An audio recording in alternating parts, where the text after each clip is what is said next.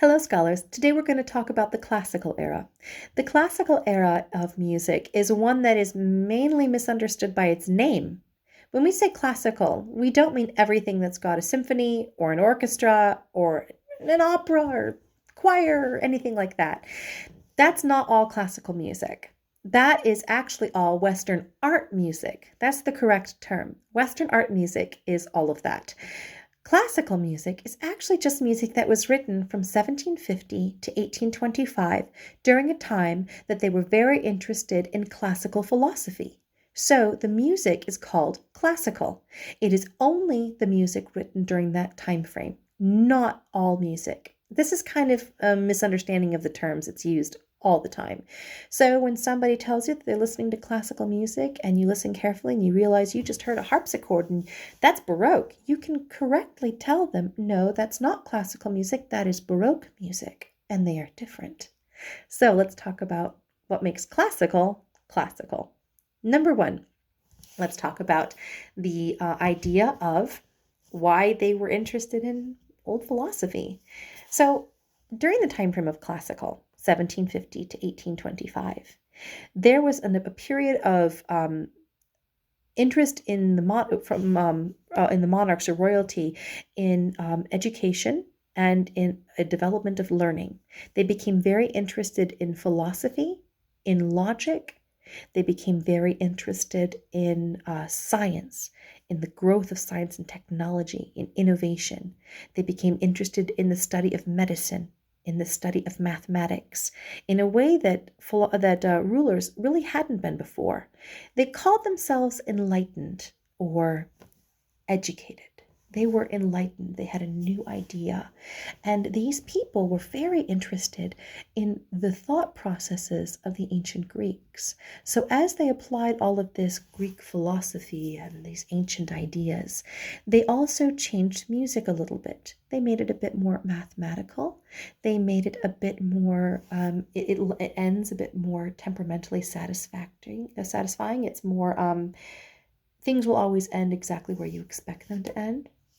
Baroque music sometimes is a little bit disconcerting sometimes, but classical music is about doing things exactly the way you expect that they're going to be done. Classical music is very, very focused on being very straightforward.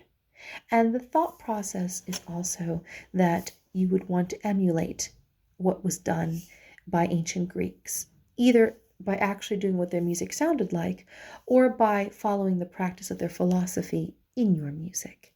So that is why we have this time frame called the classical, and it's very different sounding from the Baroque. But there's more than just that, more than trying to just imitate a philosophy here. Just think of it this way. Your music sounds nothing like your parents' music when they were kids, and that sounds nothing like your grandparents' music or your great-grandparents' music. That's because people change, and when people change, and their styles change too, and that's all that's going on. People are changing, and the style of classical sounds nothing like Baroque because nobody wants to sound like their parents or their grandparents. They want to change and do something new.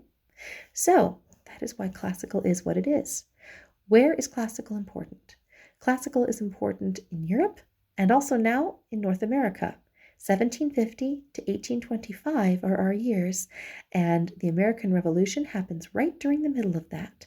So we have the American colonies and then also America as a new nation, all taking place during the classical era. So yes, we start to see composers from America for the first time. People like Billings, composers that are actually writing music here in America and are writing in the classical style. It's really kind of cool the way we can see it now happening on two sides of the Atlantic Ocean.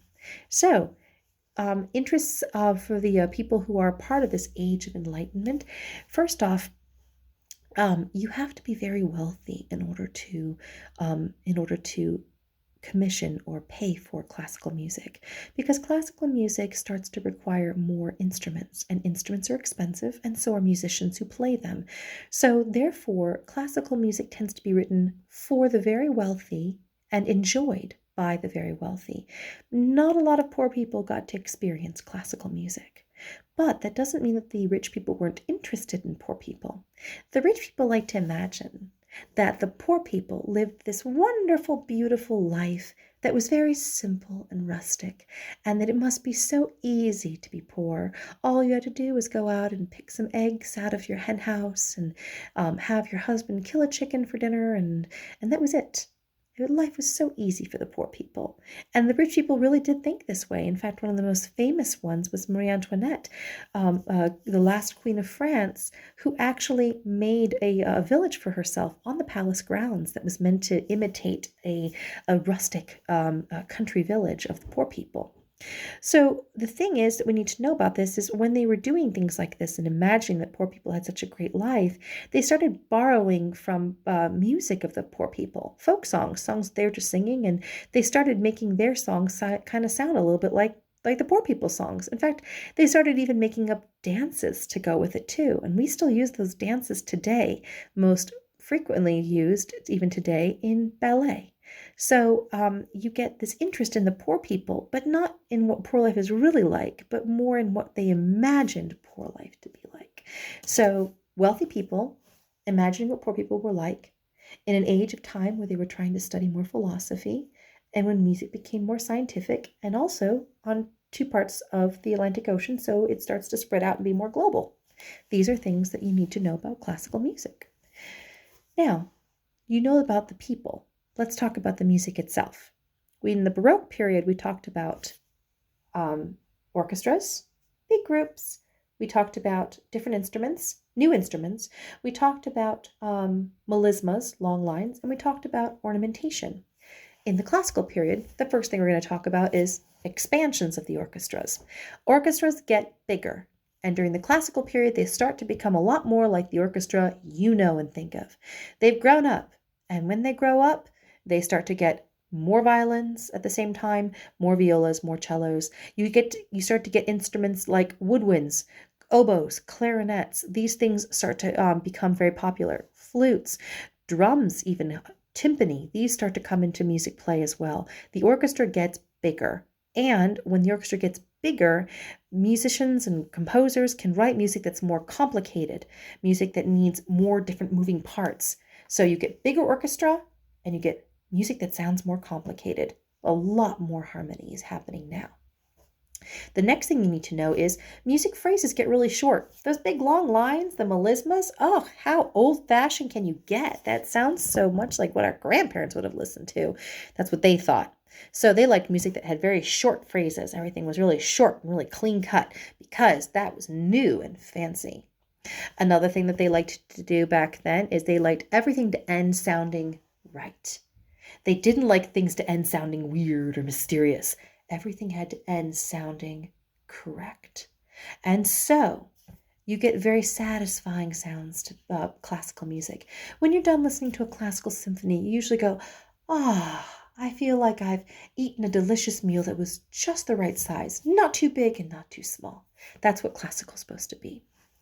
The composers who are writing this music are court composers. A lot of times they're people that work for either church courts, which do exist.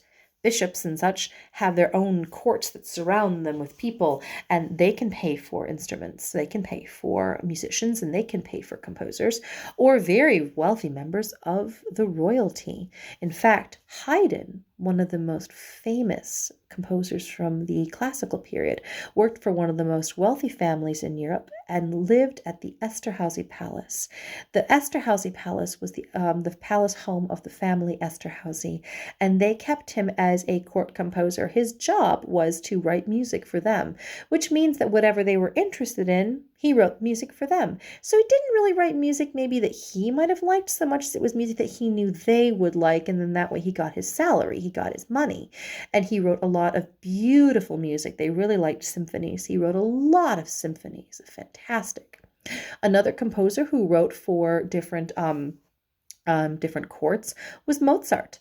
Mozart wrote music for various different courts, from the Archbishop in Salzburg to the Emperor of Austria, and he would write music for them. He also wrote music that went on the Austrian version of the vaudeville scene, so kind of like a musical theater type thing. He wrote some of that stuff too when he just kind of really needed to get some extra money, because Mozart was broke a lot. He didn't handle his money very well. Haydn was a little bit more common sense. So those are your classical composers that we usually tend to talk about, Haydn and Mozart. I also want to make sure that in this unit that you learn a little bit about some of the other ones. We're going to talk about Pergolesi really quickly because he's a fantastic composer who sadly did not live very long. He died very young, but he wrote some beautiful music. We'll also take a look really quickly at Salieri, who's also another wonderful composer who wrote around the same time as Mozart. And although there's a lot of rumors that the two of them didn't like each other, there's actually no historical reason to think that. And so we will talk about these main composers. We'll also talk about some smaller ones as well in this unit. Now, the classical era doesn't last very long. 75 years, and even then, by the end of it, it doesn't sound like classical. It's starting to sound like the next genre, which we'll hopefully have time to talk about. But if we don't, that's okay. We can always talk about it next year. So, my dears, if you have any questions, please feel free to let me know. You can always send me an email. I'm looking forward to your journal entries and to your ideas about what you think of the music of the classical era. I think that you'll find that it's a little easier to like than the Baroque, based on the way we think of music today, especially because most of us have already been exposed to Mozart. And so classical music tends to be what we think of when we think of classical music. At the end of this, I am going to put in an opera. I do want you to know also about the operas from the Metropolitan Opera, which I'll make an additional video of as well. So if any questions, let me know. Thanks. Bye-bye.